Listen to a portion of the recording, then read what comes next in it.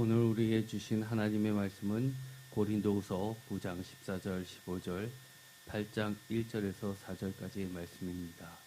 제목을 다 함께 읽어보도록 하겠습니다. 진짜 은혜란 은혜를 넘치게 하는 은혜. 아멘. 제목만 들어봐도 무슨 내용일지 다 짐작들 가실 겁니다. 우리가 은혜라는 이 말은 교회에서 수도 없이 써왔습니다. 그런데 정말 사람들이 인사로 하는 은혜 많이 받았습니다 라고 서로 나누는 그 인사가 진짜 은혜인지 가끔은 다시 한번 생각해 보게 될 때가 있지 않습니까? 이게 진짜 은혜를 받아서 그런 건지 아니면 인사치레로 인사말로써 마치 안녕하세요 하듯이 그렇게 인사를 하는 것인지 때로는 궁금할 때가 있습니다. 그리고 그것보다도 더 중요한 건 내가 정말 하나님으로부터 은혜를 받은 사람인지 아닌지 내 자신도 점검해 보고 싶을 때가 있을 겁니다. 오늘 이 말씀을 통해서 나는 정말 하나님으로부터 진짜 은혜 받은 사람인가? 또 진짜 은혜 받은 사람은 어때야 되는가? 이런 부분들에 대해서 확실해지는 시간이 되었으면 좋겠습니다. 고린도 후서를 보면 독특한 말씀이 나옵니다. 물론 고린도 후서는 사도 바울이 다른 곳보다도 굉장히 헌금에 대해서 심려를 기울인 부분이 아주 자세하게 기록이 되어 있습니다. 고린도후서 8장 1절 형제들아 하나님께서 마게도냐 교회들에게 주신 은혜를 우리가 너에게 알리노니 라고 이야기를 합니다. 이 마게도냐 교회들이라고 하는 것은 마게도냐 지방에 있었던 마게도냐는 그야말로 알렉산더 대왕의 고향이라고 할 수 있죠. 이 마게도냐 교회라고 하는 것은 첫 번째 빌립보 교회입니다. 빌립보 교회는 유럽으로 사도 바울이 아시아에서 유럽으로 전도 여행을 틀 때 첫 번째 세운 교회가 바로 빌립보 교회였습니다. 그렇기 때문에 얼마나 많은 어려움이 있었겠습니까? 우리가 사도행전을 통해서도 보듯이 이 빌립보 교회는 사도 바울에게 있어서 얼마나 특별한 관계에 있었는지를 우리가 알 수 있습니다. 그들과의 짧지만 매우 깊은 관계를 유지했을 뿐만 아니라 빌립보라고 하는 지역에는 지금도 사도 바울이 갇혔다고 하는 빌립보 감옥이 있어서 그만큼 많은 역경이 있었던 그리고 이 사도 바울이 수많은 고난과 역경 속에서도 신실하게 복음을 전했던 곳이라는 것을 역사적으로도 알 수 있는 곳입니다. 두 번째, 마게도냐 교회의 대표적인 것은 데살로니가 교회입니다. 데살로니가 교회 하면 여러분 기억나시는 것이 있을 겁니다. 저희가 표로도 함께 은혜를 나눴지만 이 소망이라는 것이 어떤 것보다도 뚜렷하고 그리고 예수 그리스도의 강림을 간절하게 소망하면서 살았던 교회였습니다. 그렇다니 여기는 다른 곳보다도 특별히 많은 박해가 있었다는 것이 반증되는 겁니다. 박해가 있었기 때문에 그만큼 하늘나라 특별히 예수 그리스도께서 다시 오시는 주의 강림을 간절히 소망할 수 있었던 곳이기도 합니다. 그렇기 때문에 이 데살로니가 교회는 아주 사도 바울에게 있어서도 많은 다른 교회의 본이 되는 곳이기도 합니다. 또 베레아 교회가 있습니다. 베레아 교회도 여러분들이 기억하시겠죠. 그러나 베레아 교회는 보다 신사적이었다. 그리고 성경 공부를 함에 있어서도 굉장히 진지하게 그리고 맞나 틀리나 굉장히 학문적으로도 아주 수준 깊은 그런 음, 복음을 받아들이고 검증했던 곳이었음을 알게 됩니다. 그러나 안타깝게도 베레아 교회에 보낸 편지 같은 거는 전해오지 않고 있습니다. 그런데 이 모든 과정들을 사도 바울은 공통적으로 이렇게 이야기합니다. 다른 곳보다, 특별히 오늘 고린도 후서에서 고린도 교회에 보내는 편지 가운데에서 고린도 교회하고는 비교할 수 없을 정도로 고통과 역경과 고난이 많았던 곳으로 요약하는 것이 아니라 한마디로 이렇게 요약합니다. 1절 다시 한번 다 같이 읽겠습니다. 표준세 번역을 읽어보겠습니다. 형제자매 여러분, 우리는 하나님께서 마게도니아 여러 교회에 베푸신 은혜를 여러분에게 알리려고 합니다. 아멘. 한마디로 뭐라고 이야기합니까? 은혜라는 말로 요약하고 있습니다. 내가 그렇게 힘들었지만 그것이 고통이 아니고 하나님께서 베푸신 은혜라고 이야기합니다. 그러면서 구체적으로 이야기합니다.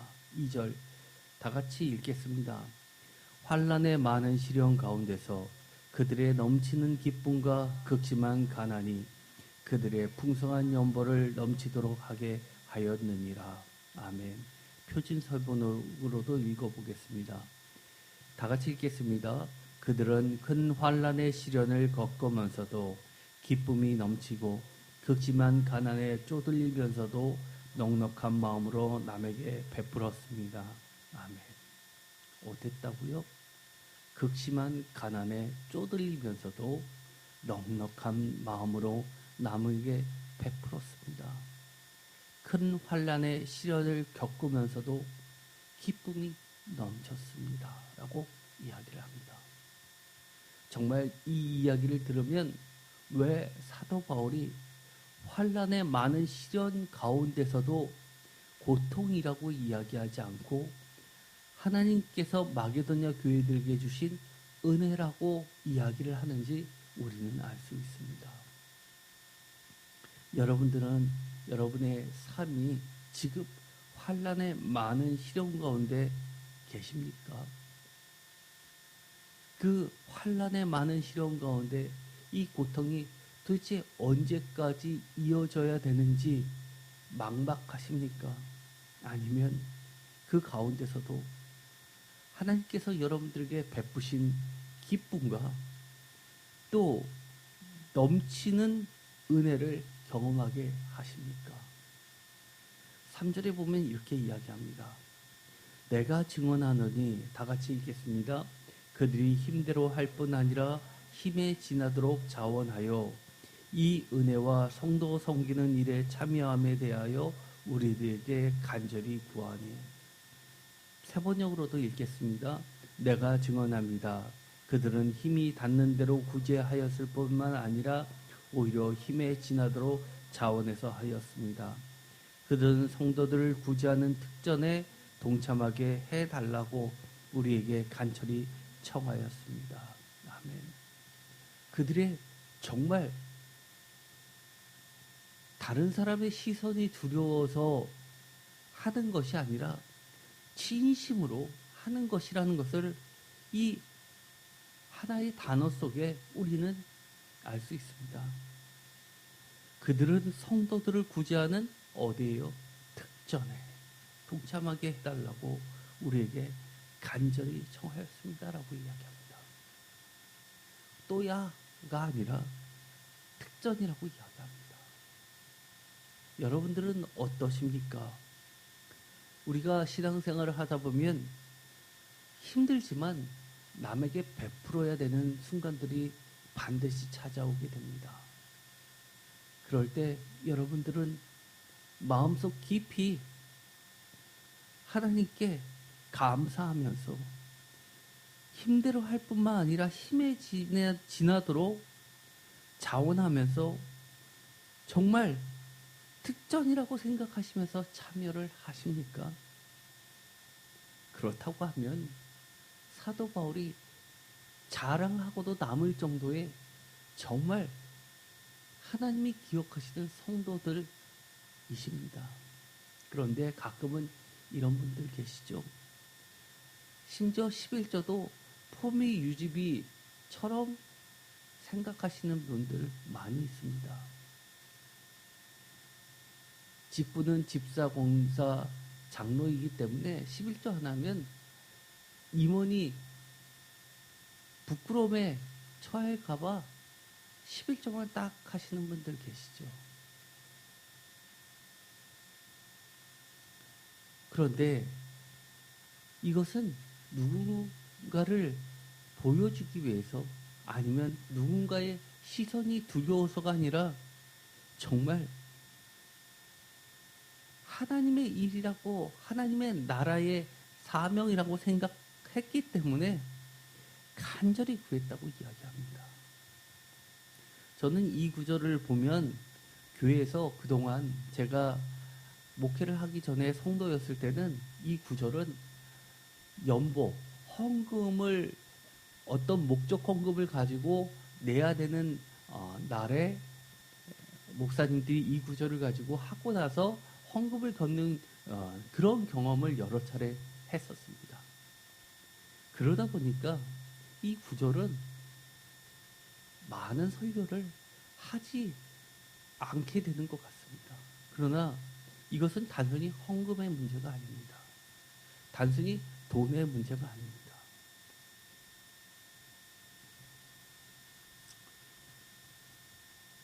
심지어 사도 바울은 이렇게까지 이야기합니다. 연보와 관련돼서 이야기할 때 이 연보는 모교회인 이스라엘의 예루살렘 교회가 여러 가지 흉년이 들어서 어려움에 처해져 있으니까 그들을 돕기 위해서 자신이 이방 땅에서 거둬들였던 여러 가지 선교의 열매들이 있었던 교회들에게 호소하면서 대표단들과 함께 이 헌금을, 구제 헌금을 전달했던 사역 중에 하나였습니다. 그렇기 때문에 어떻게 보면 사도 바울에게 있어서는 이것은 큰 프로젝트였을 것입니다. 그러나 이것은 단순히 헌금이 목적이 아니라 사도 바울은 이 문제를 거론하면서 참된 그리스도인의 태도에 대해서 이야기를 하는 겁니다. 그래서 다른 곳에 보면 사도 바울이 이런 이야기를 합니다.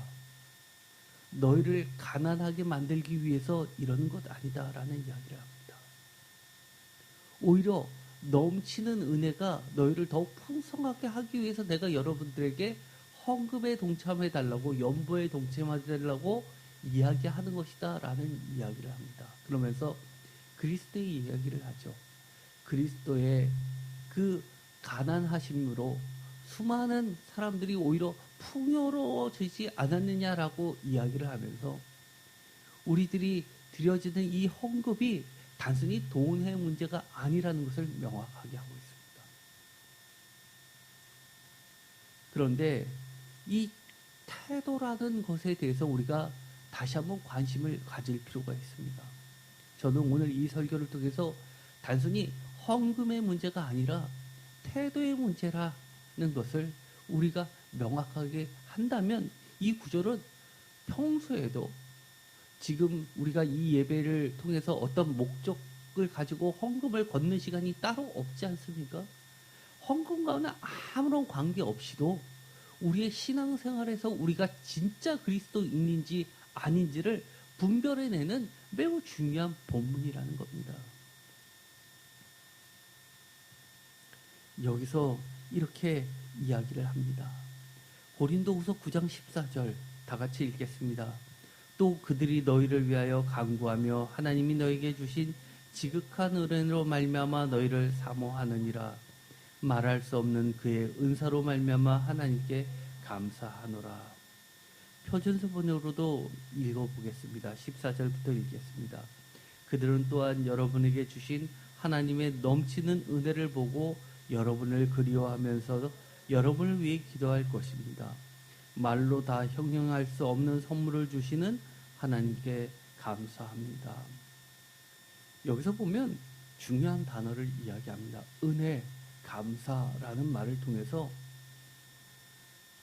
이 모든 과정이 하나님의 은혜였다라는 것을 다시 한번 강조합니다. 그런데 이 고린도 전후서를 보면은요, 한마디로 저는 이렇게 이야기하고 싶습니다. 은혜의 서신서라는 말을 하고 싶습니다. 왜냐하면 신약 성경 전체를 보면 이 은혜라는 말씀이 들어간 이 단어가 들어간 서신뿐만 아니라 신약 성경 전체를 보면 생각보다 그렇게 많지 않습니다. 은혜를 보면은요, 제일 많은 게 로마서가 20회에 나옵니다. 고린도전서는 7회, 고린도후서는 16회입니다. 그리고 나머지들을 보면 그렇게 쭉 보듯이 그렇게 많지 않습니다. 어떻게 보면 고린도 전후서를 합쳤을 때는 23회로서 신약성경 전체에서 가장 많은 부분을 차지합니다. 그만큼 이 사도 바울은 은혜가 얼마나 중요한지를 드러내고 있습니다. 그래서 대표적으로 사도 바울이 서신서를 보낼 때는 항상 인사말에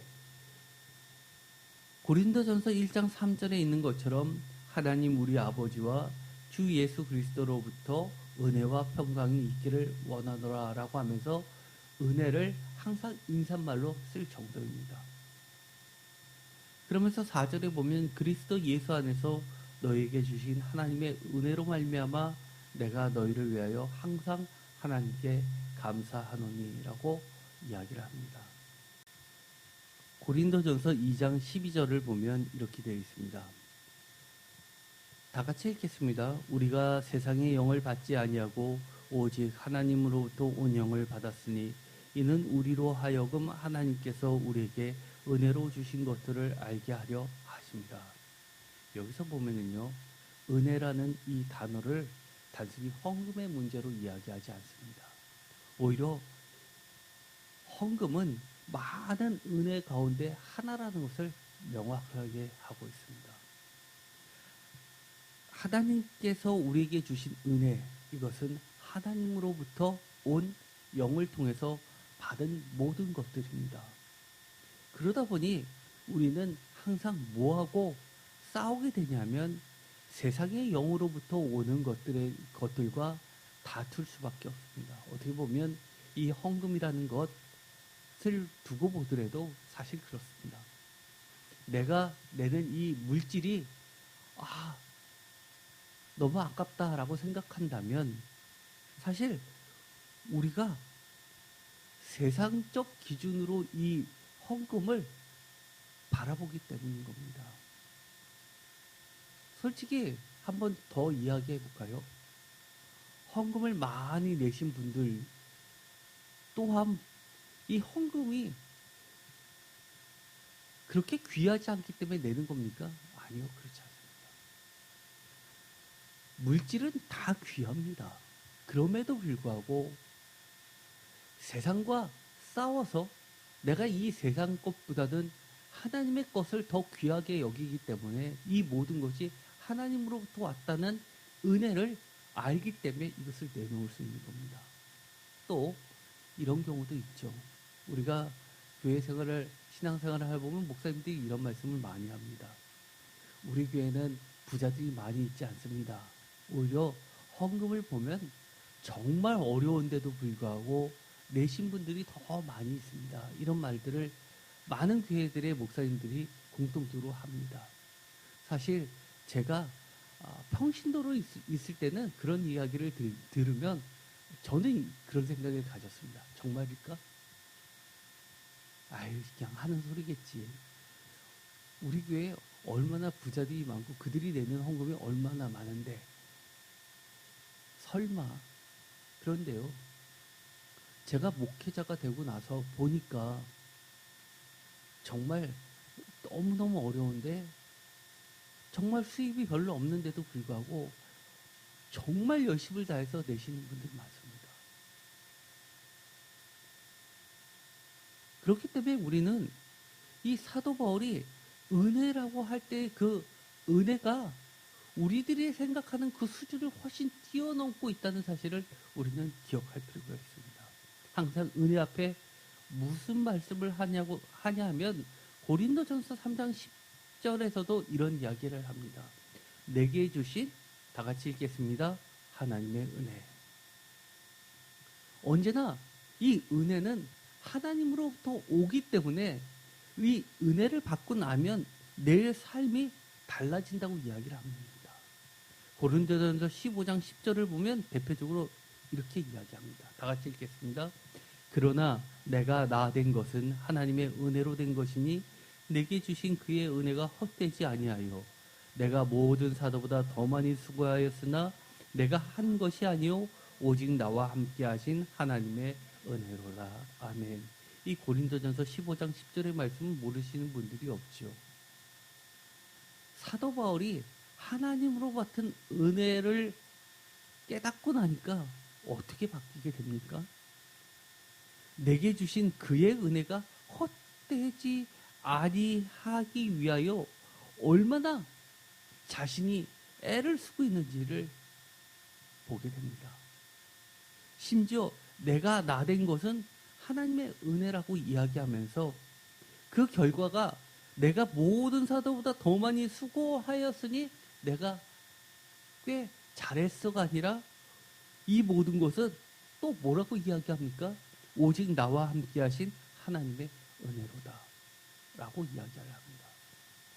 참 사도 바울은 어떻게 보면 은혜 깔때기입니다. 시작도 은혜고 모든 것을 다 넣었는데 마지막에 구멍을 통해서 나오는 것은 또 은혜입니다. 이 정도면 은혜를 얼마나 소중히 여기고 이 은혜가 정말 헛되지 않게 하기 위해서 자신이 얼마나 애를 쓰고 있는지를 알 수 있게 됩니다. 고린도전서 16장 3절에 보면 구체적으로 이런 이야기를 합니다. 내가 이럴 때 너희가 인정한 사람에게 편지를 줘 너희 은혜를 예루살렘으로 가지고 가게 하리니, 이 구절을 보면 명확하게 헌금 연보라는 것을, 구제 헌금이라는 것을 알 수 있고, 이 고린도전서 16장 3절의 말씀을 보면 마치 고린도 후서를 읽는 듯합니다. 고린도 전서뿐만 아니라 고린도 후서에서도 이 헌금의 문제가 계속해서 중요한 이슈 중에 하나라는 것은 반증적으로 이 고린도 교회는 마게도냐 교회와 매우 다르다는 것을 알 수 있습니다. 부유하기로 치자면 고린도 교회가 월등히 부유한데, 그러나 사도 바울이 느끼기에는, 사도 바울이 경험하기에는 그렇게 그들이 은혜를 은혜로 여기지 않는다는 것을 반대로 이야기하는 겁니다. 그러면서 고린도후서 1장 12절에서는 하나님의 은혜와 무엇을 대조적으로 이야기하고 있냐면 육체의 지혜로 이야기합니다. 우리가 전에도 이야기했죠. 고린도 교회는 대표적으로 헬레니즘 문화로 유명한 곳이어서 이 지혜를 굉장히 중요시하는 도시였다는 것을 알게 됩니다. 그래서 스스로 잘났고 스스로 똑똑하고 스스로 많은 것을 갖춘 자들이 많은 교회라는 것을 알 수 있었습니다. 그렇기 때문에 육체의 지혜와 하나님의 은혜를 대조시키고 있습니다.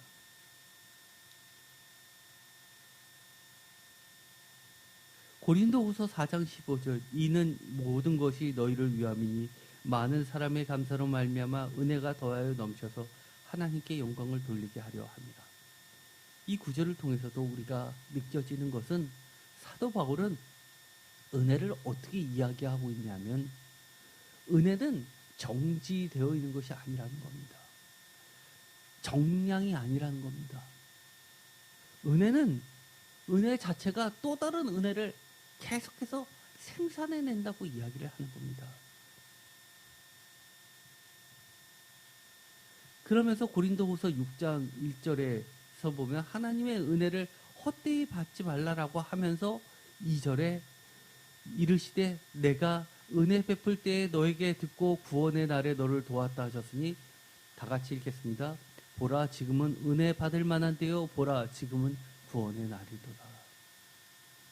지금은 어느 때라고 합니까? 지금은 은혜 받을 만한 때요 지금은 구원의 날이라고 이야기합니다. 언제요? 사도 바울이 고린도 교회에 편지를 보낼 때요? 성경은 그렇게 이야기하지 않죠. 지금 오늘의 말씀을 듣는 이 시간도 지금은 은혜 받을 만한 때요. 지금은 구원의 날이라고 사도 바울은 성령님을 통해서 이야기하고 있는 겁니다.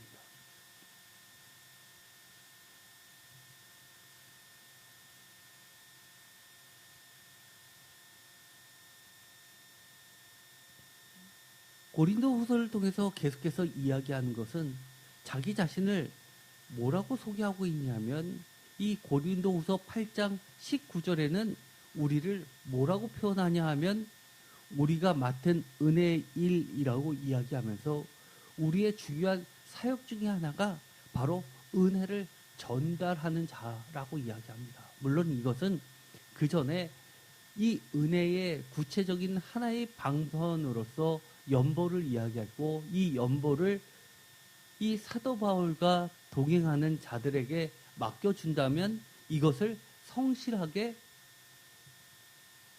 예루살렘 교회로 전달하는 것 자체가 우리가 받은 은혜의 구체적인 한 사역이라고 보는 겁니다. 그러나 보다 넓게 보면 이 사도 바울이 이야기하는 것은 은혜라는 것은 단순히 헌금의 문제가 아니라 정말 하나님과의 관계 속에서 우러나오게 되는 여러 가지 더 나아가서 모든 것이라고 이야기를 합니다. 우리가 이 글들을 통해서 하나 생각해 볼 것이 있습니다. 사도 바울에게 하나님 아버지와 주 예수 그리스도로부터 받은 은혜의 크기는 얼마나 되기에 이렇게까지 은혜 깔때기로 그렇게 복음과 함께 은혜를 전할까요? 은혜를 소개하는 사도 바울은 이렇게 이야기합니다. 고린도후서 9장 14절 다 같이 읽겠습니다. 또 그들이 너희를 위하여 간구하며 하나님이 너에게 주신 지극한 은혜로 말미암아 너희를 사모하느니라. 사도 바울이 그 은혜를 수치화한다면 사도 바울이 받은 자신의 은혜는 뭐라고 이야기합니까? 지극한 은혜라고 이야기합니다. 또 15절도 같이 읽어보겠습니다. 말할 수 없는 그의 은사로 말미암아 하나님께 감사하노라. 은혜 그리고 은사도 선물이나 마찬가지죠. 은혜는 카리스 그리고 은사는 선물 도라입니다. 그렇기 때문에 이 은혜나 은사나 하나님께서 거저 주시는 겁니다. 그렇게 해서 감사할 수밖에 없는 겁니다. 그래서 사도 바울의 은혜의 크기는 지극하고 말할 수 없을 정도로 큰 것입니다. 그렇기 때문에 나머지 구체적으로 발생되는 것들, 예를 들어서 연보라든지 아니면 헌신이라든지 이 모든 것들은 우리가 구체화해서 이야기할 수 있을 정도로 은혜에 비하면 하나님께로부터 받은 은혜에 비교하자면 작은 것이라는 겁니다. 비록 어떻다 할지라도요. 힘에 버거울 정도가 된다 하더라도요. 힘에 지나치게 자원할 정도가 된다 하더라도요. 극심한 환난 가운데 있다 할지라도요. 그러면 오늘 말씀의 결론입니다. 내가 받은 은혜는 얼마나 될까요? 내가 받은 은혜는 사도 바울이 이야기한 것처럼 지극합니까? 말할 수 없을 정도입니까? 많은 분들이 이렇게 질문하면 아멘 하고 대답할 겁니다. 누구나 다 지극합니다. 그리고 말할 수 없을 정도로 은혜가 큽니다라고 하지만 정말 태도의 변화까지 만들어낼 정도로 은혜를 은혜라고 생각합니까? 정말 무엇인가 내가 갖고 있는 헌금을 내놓다든지 아니면 내 시간을 내놓다든지 아니면 나의 재능을 내놓는다든지 아니면 내가 어떤 면에서 좀 귀찮아하는 여러 가지 것들을 내놓으려고 할 때도 정말 지극하고 말할 수 없은 정도입니까? 만약에 내 태도가 거기까지 가지 않는다면 사실 내가 받은 은혜는 사도 바울의 표현대로 하면 하나님께로부터 온 그 은혜가 어느 정도 아주 제가 간곡하게 이야기했을 때 어느 정도는 헛되게 됐다라고 이야기할 수 있을 겁니다. 그런데 사도 바울은 뭐라고 이야기했습니까? 내가 하나님께로 받은 그 은혜가 헛되지 않게 하기 위하여 라고 이야기하면서 자신의 모든 인생의 전환점을 돌려서 모든 인생의 포커스를 예수 그리스도 하나님의 복음에 다 맞추지 않습니까? 즉 우리가 지극하다, 말할 수 없다라고 이야기한다는 그 정도는 내 인생의 전환을 이룰 정도라는 이야기입니다. 내 태도가 바뀔 정도라는 겁니다. 그러나 우리가 많은 신앙생활을 하시는 분들이 볼 때 나는 하나님께 받은 은혜가 많다라고 이야기하면서도 조금도 나의 태도를 바꾸지 않으면서 나는 딱 그 자리에 있으면서 나는 내 생각은 딱 거기까지 있으면서 은혜라고 이야기하는 경우가 너무 많다는 겁니다. 저는 오늘 설교를 준비하면서 이 사도 바울이 비록 헌금의 문제를 가지고 이야기를 시작했더라도 사실 이것은 헌금의 문제로만 읽어서는 안 된다는 겁니다. 보다 근본적인 거 정말 내가 하나님께 받은 그 은혜를 어떻게 그 은혜를 간직하고 하나님께 또 보답하면서 신앙생활을 하고 있는지를 분명히 해야 될 줄 압니다.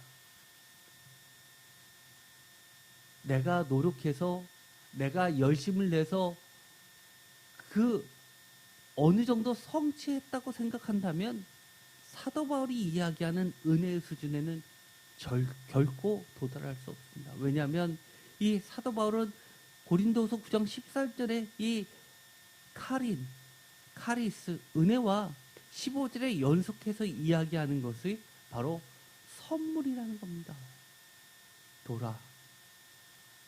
즉 내가 노력해서 내가 성실해서 만들어낼 수 있는 그런 것이 아니라 반드시 하나님으로부터 오는 것이기 때문에 그것은 무조건적으로 은혜일 수밖에 없다고 이야기합니다.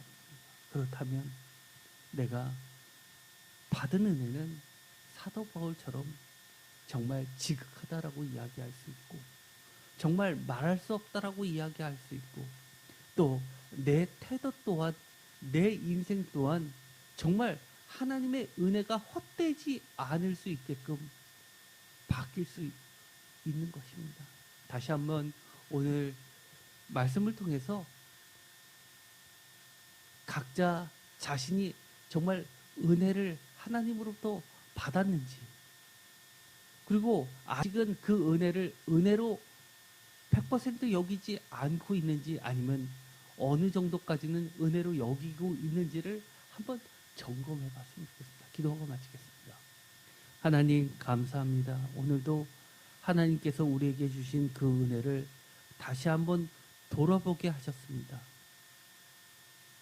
주님으로부터 받은 은혜는 참 감사한데 여기까지입니다라고 한다면 우리가 하나님으로부터 받은 그 은혜를 헛되이 돌리는 것이 되고 만다는 사실을 깨닫게 되었습니다. 사도 바울처럼 하나님의 은혜는 지극하고 말할 수 없어서 정말 지금은 하나님의 은혜의 때고 구원받을 때라는 그 대명제, 대진리의 시간 속에서 하나님의 은혜를 헛되이 돌리지 않기 위해서 나의 인생과 나의 모든 것을 걸 수 있게 하여 주시옵소서. 정말 만나는 사람마다 이건 진짜 하나님의 은혜야. 은혜를 한번 샘해봐 라고 가르쳐주는 우리 모두가 되게 하여 주시옵소서. 또한 내 자신 스스로가 이제 다른 사람의 시각을 두려워하거나 다른 사람을 의식해서 하나님의 은혜를 은혜인 척하지 않게 하시고, 진짜 이것은 세상에서 오는 것이 아니라 하나님이 선물로 주신 하나님으로부터 온 은혜라는 것을 마음속 깊이 깨닫고 감사하며 간직하며 표현하는 우리 모두가 되게 하여 주시옵소서. 예수 그리스도의 이름으로 기도드립니다. 아멘.